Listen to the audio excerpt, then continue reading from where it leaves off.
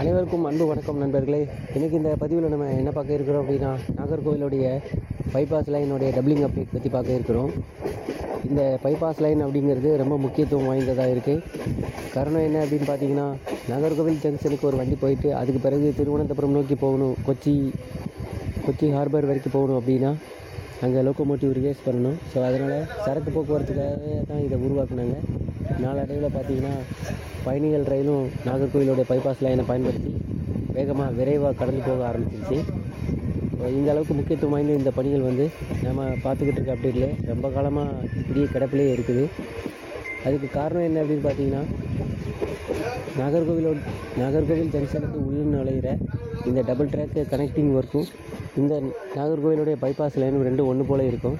So அதனால் நிறையா தொழில்நுட்ப வேலைகள், அதோடைய முன்னாடி பண்ண வேண்டிய வேலைகள் எல்லாமே நிறையா பாக்கி இருக்குது. ஸோ அதை ஒன்று பார்த்துட்டு வராங்க. பழையாற்றுக்கு குறுக்க பார்த்திங்கன்னா 4 பாலங்கள் கட்டப்பட்டிருக்கு. இதில் ஒரு பழைய பாலம், ஒரே ஒரு பாலம் தான் பழைய பாலம். மிச்ச 3மே புதுசாக கட்டப்பட்டிருக்கு. இந்த புதிதாக கட்டப்பட்ட எந்த பாலத்துலையுமே ட்ரெயின்கள் இது வரைக்கும் போகலை. இப்போ பழைய பாலத்தை தான் நம்ம பயன்படுத்திகிட்டு இருக்கோம்.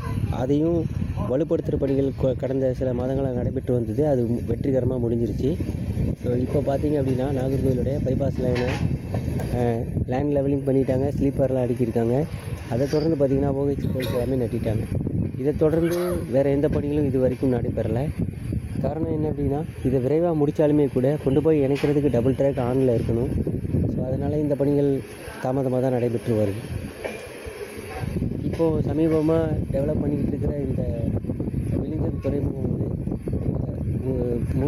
முழுமையாக பயன்பாட்டுக்கு வரும்போது பார்த்திங்கன்னா, இந்த பைபாஸ் லைன் ரொம்ப முக்கியத்துவம் வாய்ந்ததாக இருக்கும். அதுக்காக தான் இத்தனை கோடி ரூபாய் செலவில் இந்த பைபாஸ் லைனை டபுள் ட்ராக்காக உருவாக்க தயாராகிட்டு இருக்காங்க. தேங்க்ஸ் ஃபார் வாட்சிங் ஃப்ரெண்ட்ஸ். பணிகள் ஓரளவுக்கு